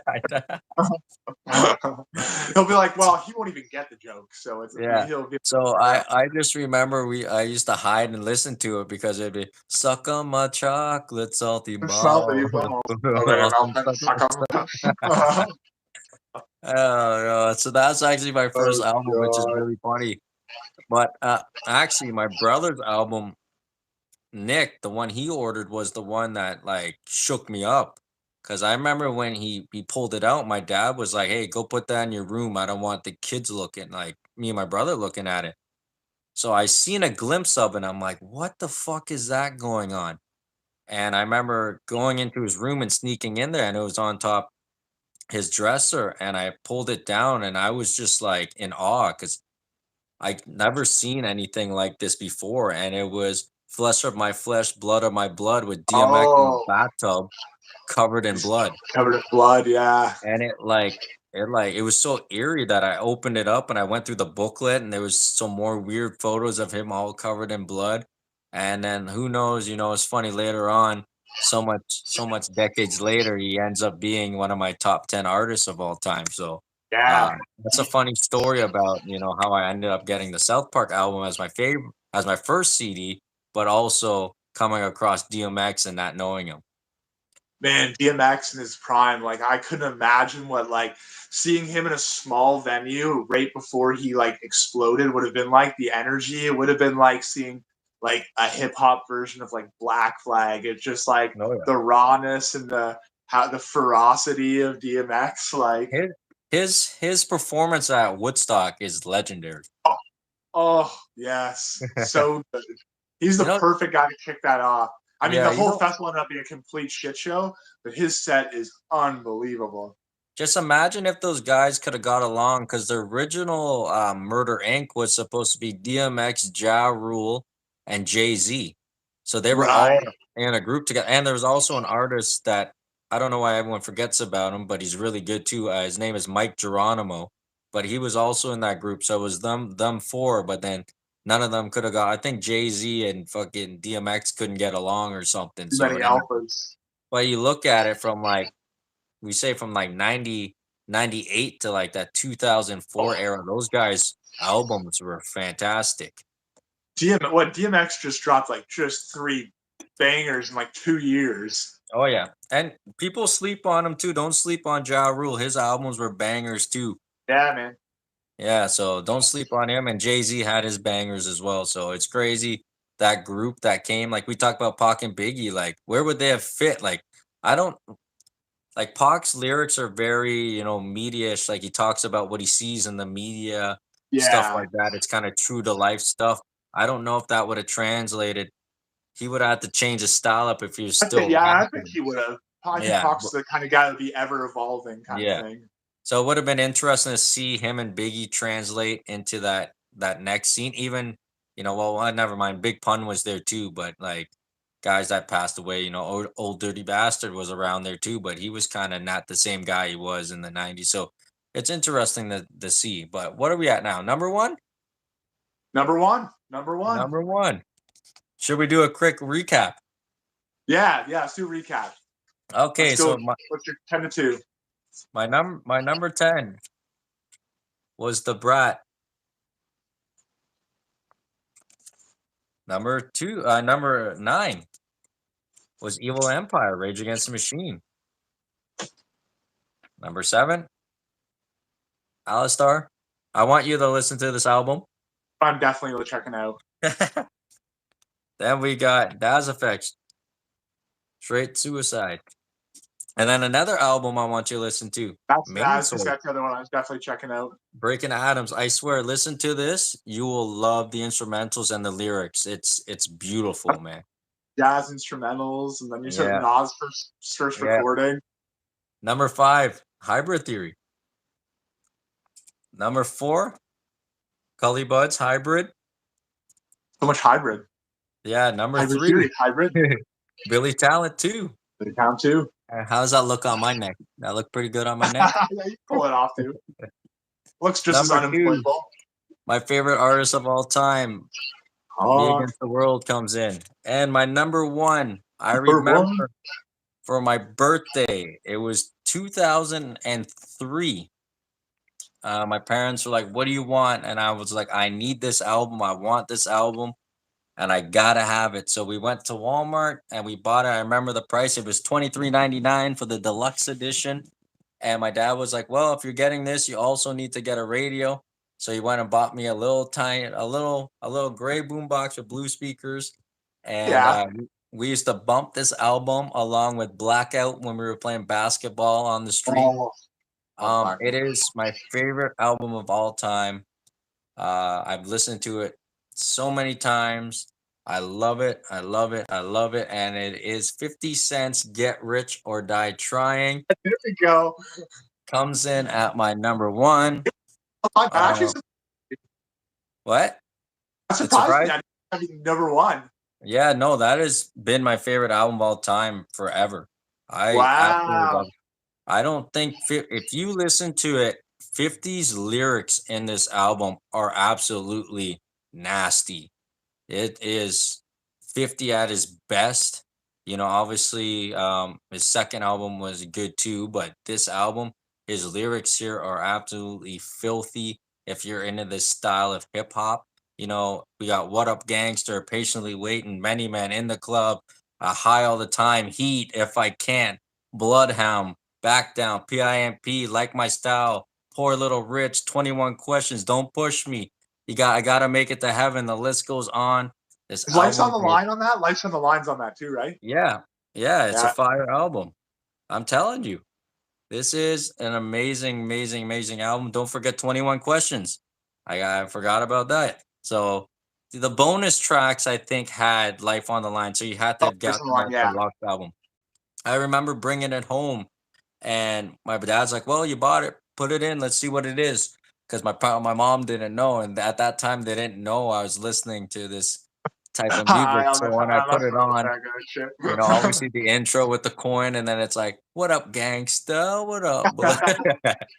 And then it went on to Many Men. I remember my mom looked back. She's like, "Christopher, you listen to this?" But no, uh, this is my yes, favorite. This is my favorite album of all time. I remember just being again at the Cosmic Chaos when In the Club came on. You know, yeah. we're bumping it, man. It's funny now when you bump this album in my car. Kind of like it's not like an embarrassing feel, but I'm like I'm kind of bumping In the Club, and it's like 2023. Feel, Like it's yeah, like a you it's put like it a on, you're like, I weird feel feeling. like I'm so 30 right now. Yeah, it's like a weird feeling, but this has always been my favorite album of all time. Like I said, 50's wordplay in this album is, destruction on the track. It's beautifully written. He comes off, hard. It's fantastic. I feel bad for Ja Rule because really love Ja Rule, but 50 Cent got him. There's no ifs, ands, or buts. Yeah, This is a definitely. solid album, and I have no regrets at it being my number one. So if you haven't heard this album, for any of you people out there, sorry about my printer's running out of ink, It but ran out by one. yeah, get this Yeah, album, Rich or Die Trying by 50 Cent. It's my number one album of all time, and it's been that for well over a decade. So I want to hear your number one now. I'm surprised so far. I thought I would have heard a hip hop album by now, but we didn't. no, no, I don't have, didn't have any hip hop in my top 10. I want to say a group, a band, but I don't want to bring them up. So let me see. Let me see. Okay. My number one is also the Hold on. band I, Break us down from number 10. oh, right, from number 10. From number 10. Number 10, The Queen is Dead by the Smiths. Okay. Number 9, Ladies and Gentlemen, We Are Floating in Space, Spiritualized. Number 8, The Lonesome Crowded West by Modest Mouse. Number, what is this, 7? 7? 7. I think so. Yeah, 7. Spiderland by Slint. Number 6, Trans Europe Express, Kraftwerk. Number 5, and the one I want you to listen to, Milo Goes to College, Descendants. I'm gonna listen to that tomorrow when I'm driving to work, yo. Definitely. I'm telling you, Kabuki Girl, Bikeage, if there's only a couple songs you end up listening to, those 2 songs. Okay. Number 4, Loveless, My Bloody Valentine. Okay. Number 3, Bad Brains, Bad Brains. And number 2, Marquee Moon, Television. So your number one's definitely Incubus. Yeah, you got me. No, it's actually a treble charger. But no, my number one album is actually tattooed on my bicep. And it is the first studio album by my favorite band of all time, Unknown Pleasures by Joy Division. The first vinyl I ever bought. My favorite band of all time. Can't say enough about this band. This band, I discovered them at the perfect period of my life. They immediately became my favorite band of all time. I've been to England. I visited Ian Curtis's house where he wrote all of his songs. I visited his grave site in Macclesfield, England. This is like the band I am a super fan of. There's nothing more I can say about this album. It's one of the absolute greatest albums of all time. You can find lists where people do name it the greatest album of all time. I am definitely a little biased, so don't trust me, but I just call it the greatest album of all time. There's nothing more I can say about this album. It's so ahead of its time. Again, drew on early punk influences, but took it to a whole nother level, way more depth. It's really pushed along and driven by the bass lines of Peter Hook. You got the the human drum machine that is Stephen Morris on this album. Bernard Summers' guitar is just like an acid splash over top of that. And then you have Ian Curtis's iconic baritone voice with some of the most just impenetrable, just deep, dark, depressing lyrics you'll ever hear in a song. Like we talked about with Linkin Park, Ian Curtis ended up committing suicide. He hung himself the day before they were going to go on their first American tour, actually. Oh So, like, wow. basically, he was so fearful of becoming big that it was like too much for him to handle. There's other things involved too. He was in a love triangle with two women, and as well as he Yeah. had really severe epilepsy in the 70s. So it got to a point where they couldn't get through sets without the guy having seizures on stage and stuff. Oh shit. But an incredible band, super influential on new wave, really invented the sound of what went on to be goth rock as well. They're not really a goth band, but basically goth rock took their sound from Joy Division.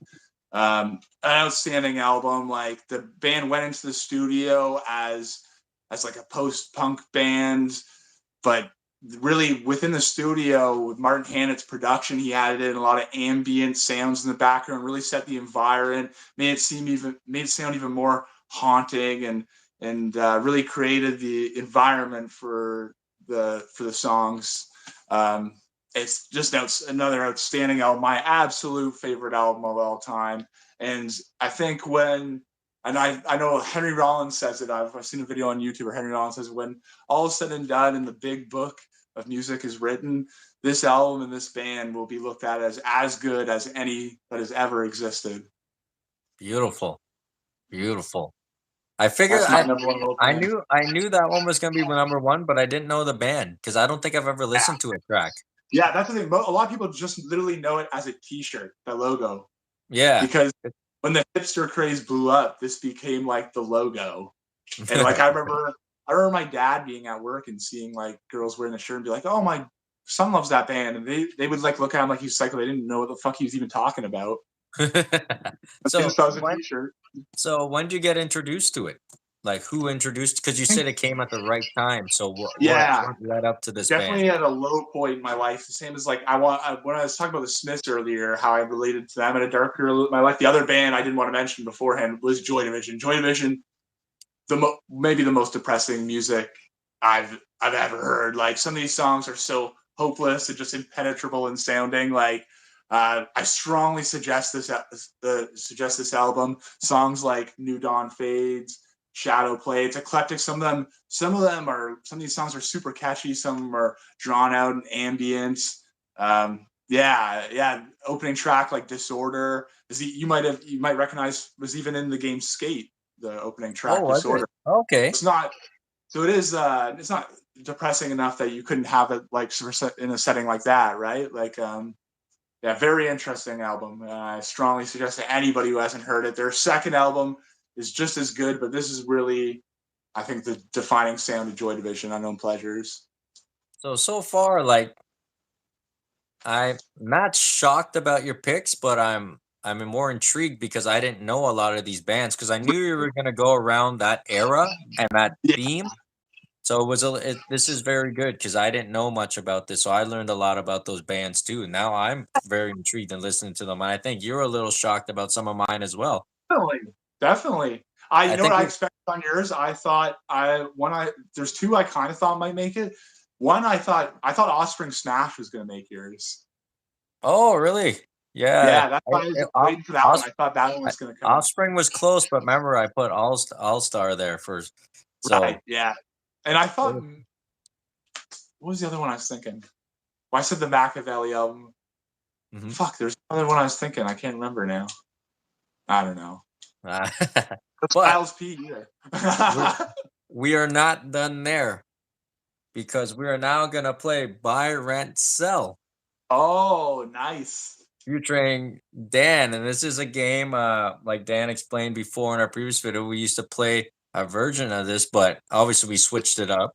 So you're Yeah. gonna buy, rent, or sell. I'm gonna give you a few here albums, but a lot of the Okay. bands have so many albums.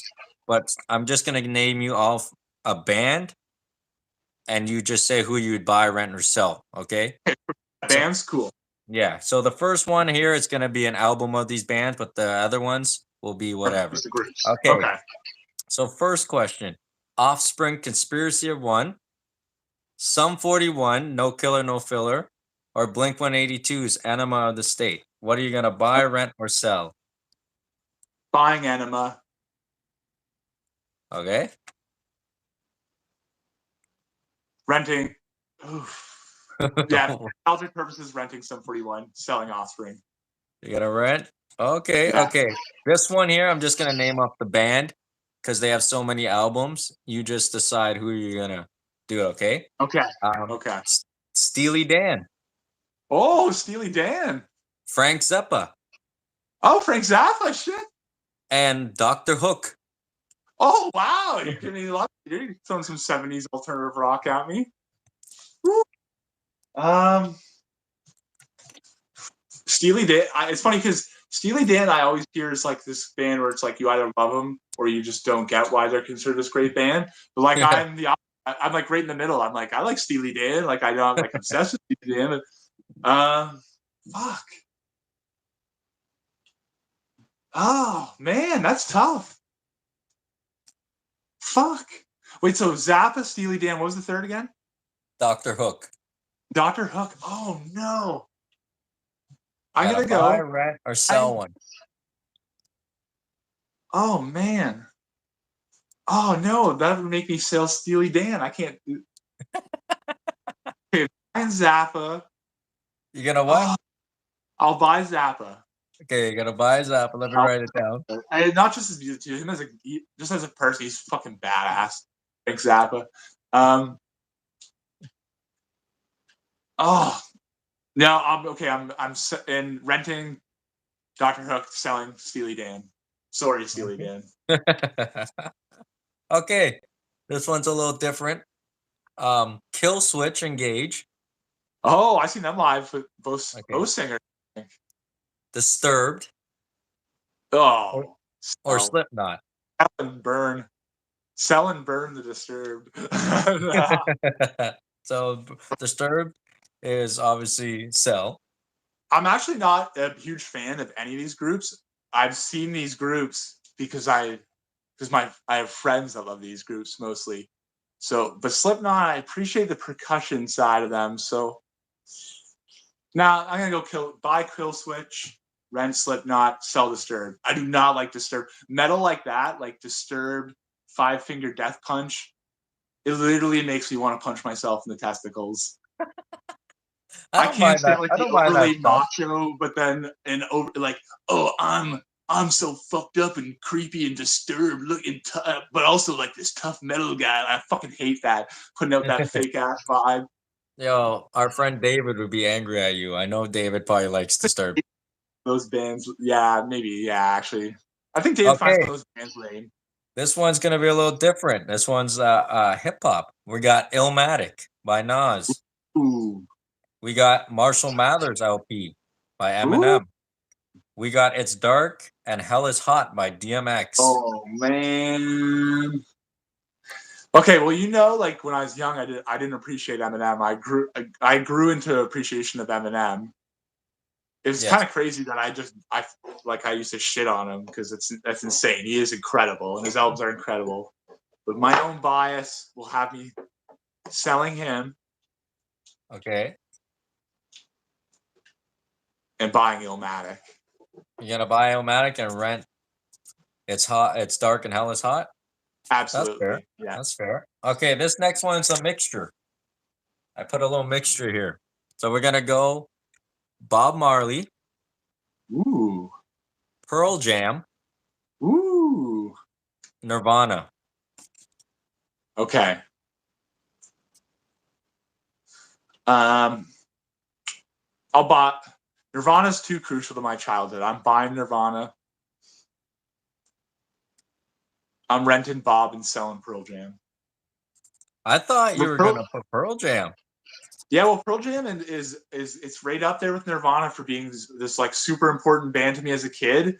But as I've gotten older, it's like Nirvana's the band that's like more intervened with my influences. The bands that they've influenced I like more. The bands they're influenced by I like more.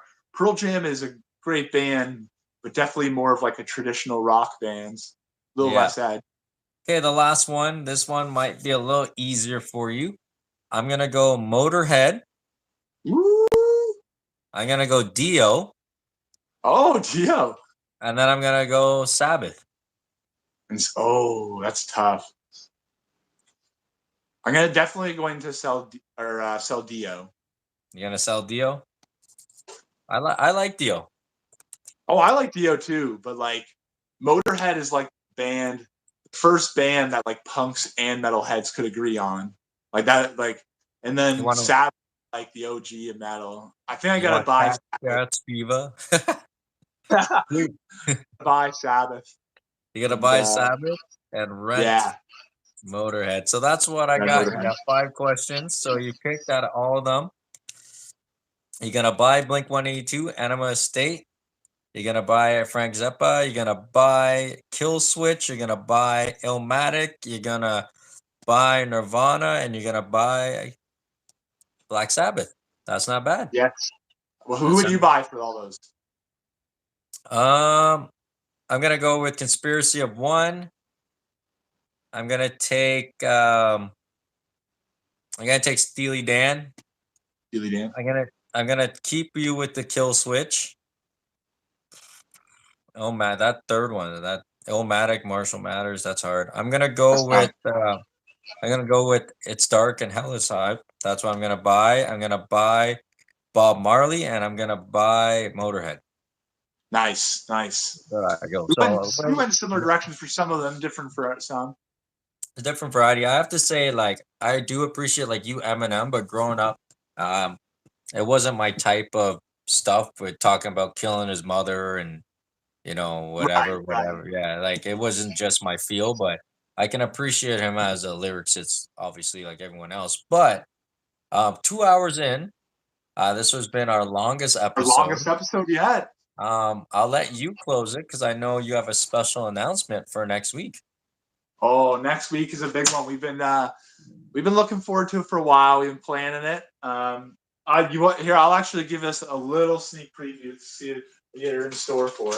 But it is going to be our fantasy wrestling promotion draft. So we have Absolutely.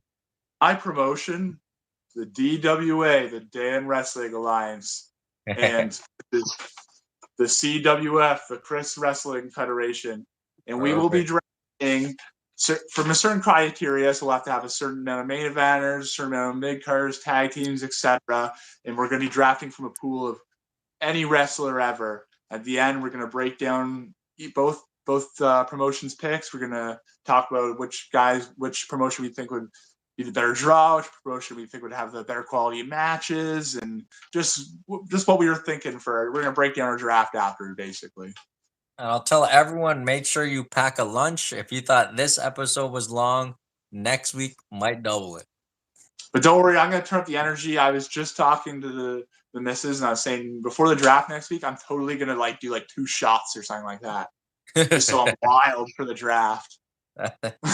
So everyone out there, if you end up watching our episode today, please check out all the albums you heard. If you have not, they're great albums. Obviously, it falls at our list, not the media's list. So it's gonna be a little different here or there. But this is just what we enjoy. So hopefully you will enjoy the same amount of music that we like. Absolutely, get out and support your local record stores and local bands. Perfect. All right, guys. Until next week. Bye now. See ya.